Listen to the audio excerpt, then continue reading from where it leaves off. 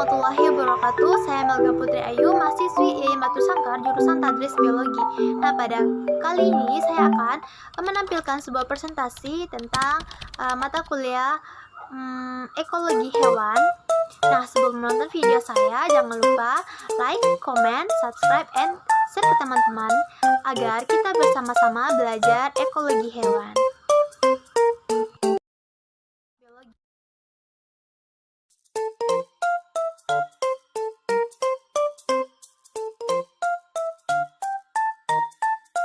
Pada video kali ini saya akan menjelaskan tentang materi pada mata kuliah ekologi hewan, yaitu tentang konsep habitat dan relung biologi. Dan indikator yang akan kita bahas pada kali ini, yang pertama adalah habitat dan mikrohabitat, yang kedua relung ekologi dan asal eksklusif, yang ketiga persaingan dan pemisahan, yang keempat ekivalen ekologi, yang kelima adalah pergeseran ciri. Nah, pertama kita bahas dulu.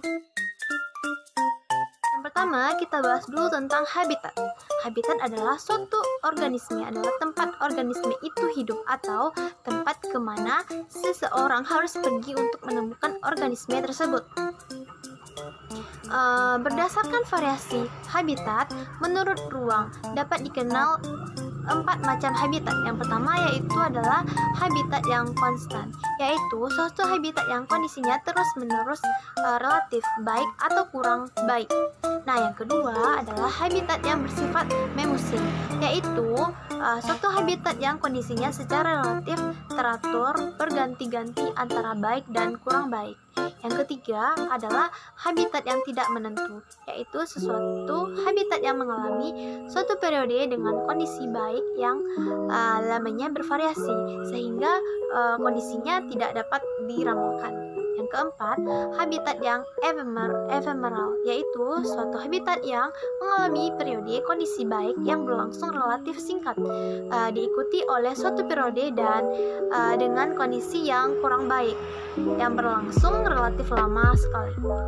Nah, berdasarkan variasi kondisi habitat menurut ruang, habitat dapat diklasifikasi menjadi 3 macam.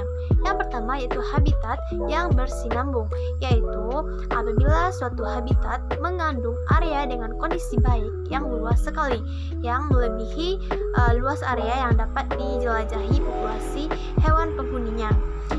Sehingga contoh yang luas sebagai habitat dari populasi rusa yang berjumlah 10 ekor. Nah, yang kedua adalah habitat yang berputus-putus, merupakan suatu habitat yang mengandung area dengan kondisi baik, letaknya berselang-seling dengan area yang berkondisi kurang baik. Hewan penghuninya dengan mudah dapat menyebar dari area berkondisi baik suatu ke yang kondisi lainnya. Yang ketiga, habitat yang terisolasi, merupakan suatu habitat yang mengandung area terkondisi baik, terbatas luasnya dan letaknya terpisah jauh dari area berkondisi baik yang lain, sehingga hewan-hewan tidak dapat menyebar untuk mencapainya, kecuali bila didukung oleh faktor-faktor kebetulan. Selanjutnya adalah mikrohabitat dan makro dan mikrohabitat. Beberapa istilah seperti makrohabitat dan mikrohabitat penggunaannya tergantung dan merujuk pada skala apa studi yang akan dilakukan terhadap satwa. Menjadi pertanyaan oleh Johnson tahun 1190. Dengan demikian, makrohabitat dan mikrohabitat harus ditentukan untuk masing-masing studi yang berkenaan dengan spesies spesifik. Secara umum, makrohabitat merujuk pada ciri khas dengan skala yang luas seperti zona asosiasi vegetasi oleh Black and Brennan pada tahun 1993 yang biasanya disamakan dengan level pertama seleksi habitat. Menurut Johnson, mikrohabitat biasanya menunjukkan kondisi habitat yang sesuai, yang merupakan faktor penting pada level 2-4 dalam hierarki Johnson. Oleh sebab itu, merupakan hal yang tepat untuk menggunakan istilah mikrohabitat dan makrohabitat dalam sebuah pandangan relatif dan pada skala penerapan yang ditetapkan secara eksplisit. Selanjutnya adalah relung ekologi atau ecological niche. Berbeda dengan istilah habitat yang sekarang sudah digunakan secara luas, istilah relung ekologi di luar bidang ekologi praktis tak kenal. Salah satu penyebabnya ialah karena konsep relung ekologi relatif baru. Bahkan dalam 30 tahun pertama setelah istilah tersebut diperkenalkan, pengertiannya masih kabur. Sampai saat ini, di kalangan guru-guru biologis sekolah menengah juga masih kabur. Secara umum, dapat dikatakan bahwa relung ekologi merupakan suatu konsep abstrak mengenai keseluruhan persyaratan hidup dan interaksi organisme dalam habitatnya. Dalam hal ini, habitat merupakan penyediaan berbagai kondisi dan sumber daya yang dapat digunakan oleh organisme sesuai dengan persyaratan hidupnya. Selanjutnya adalah azas eksklusi, persaingan, dan pemisahan relung. Dengan adanya interaksi persaingan antara dua spesies atau lebih yang memiliki relung ekologi yang sangat mirip, maka mungkin saja spesies tersebut tidak berkonsistensi dalam habitat yang sama secara terus-menerus. Hal ini menunjukkan bahwa suatu relung ekologi tidak dapat ditempati secara simultan dan sempurna oleh populasi stabil lebih dari satu spesies. Pernyataan ini dikenal sebagai azas eksklusif persaingan atau aturan Gauss. Sehubungan dengan azas tersebut, menurut azas koeksistensi, beberapa spesies yang dapat hidup secara langgeng di dalam habitat yang sama ialah spesies yang relung ekologinya berbeda-beda. Tentang pentingnya perbedaan di antara berbagai spesies telah lama dikemukakan oleh Darwin pada tahun 1859. Darwin menyatakan bahwa makin besar perbedaan yang diperhatikan oleh berbagai spesies yang hidup di suatu tempat, maka makin besar pula jumlah spesies yang dapat hidup di suatu tempat itu. Pernyataan Darwin tersebut dikenal sebagai azas divergensi. Selanjutnya adalah ekivalen ekologi. Jika memperhatikan tentang kehidupan berbagai jenis hewan di berbagai tempat, sering ditemukan spesies hewan serupa yang hidup di daerah geografi yang berbeda. Nah, jenis-jenis hewan yang menempati relung ekologi yang semakin sama atau ekivalen dalam habitat yang serupa di daerah zoogeografi yang berbeda disebut dengan ekivalen ekologi.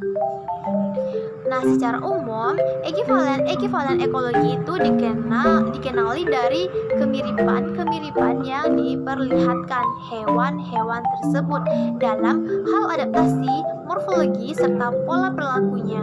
Sebabnya ialah karena berbagai adaptasi itu adalah tiada lain daripada perangkat atau modal, kemampuan hewan untuk memanfaatkan sumber daya di dalam lingkungannya atau habitatnya. Selanjutnya atau yang terakhir adalah pergeseran ciri. Spesies hewan yang berkerabat dekat satu marga atau genus misalnya dapat ditemukan pada habitat atau daerah penyebaran yang sama atau simpatrik, atau ditemukan pada daerah-daerah penyebaran yang berbeda atau alopitrik. Jika spesies hewan yang berkerabat dekat atau kogenerik ditemukan di dalam keadaan simpatrik, seleksi alam akan menghasilkan ciri-ciri tubuh yang semakin mencolok. Perbedaannya di antara spesies itu atau dikatakan mengalami evolusi divergen. Sebaliknya, apabila dalam keadaan alopitrik, seleksi alam akan menghasilkan evolusi konvergen, sehingga perbedaan ciri-ciri itu makin kabur. Fenomena tersebut dikenal sebagai pergeseran ciri.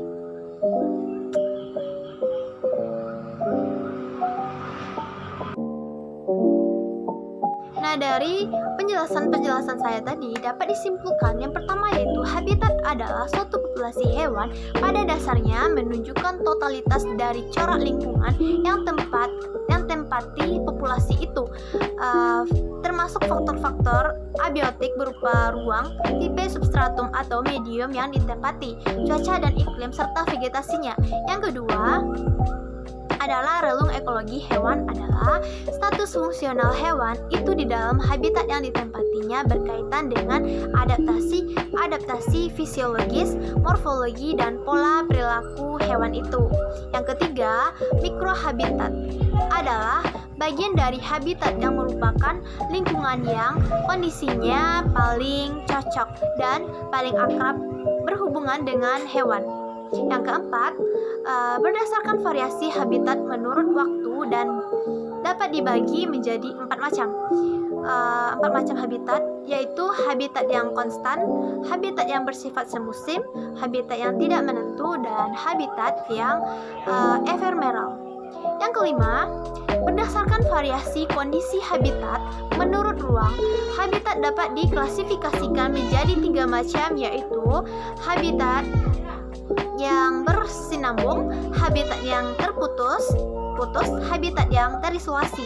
Yang keenam, 2 spesies hewan atau lebih yang hidup bersama dalam suatu habitat disebut berhabitasi atau berkonsistensi. Yang ketujuh, azas eksklusif persaingan atau aturan Gauss. Suatu relung ekologi tidak dapat ditempati secara simultan dan sempurna oleh populasi stabil lebih dari 1 spesies. Yang kedelapan, azas divergensi menurut Darwin. Makin besar perbedaan yang diperlihatkan oleh berbagai spesies yang hidup di suatu tempat, makin besar pula jumlah spesies yang dapat hidup di suatu tempat itu.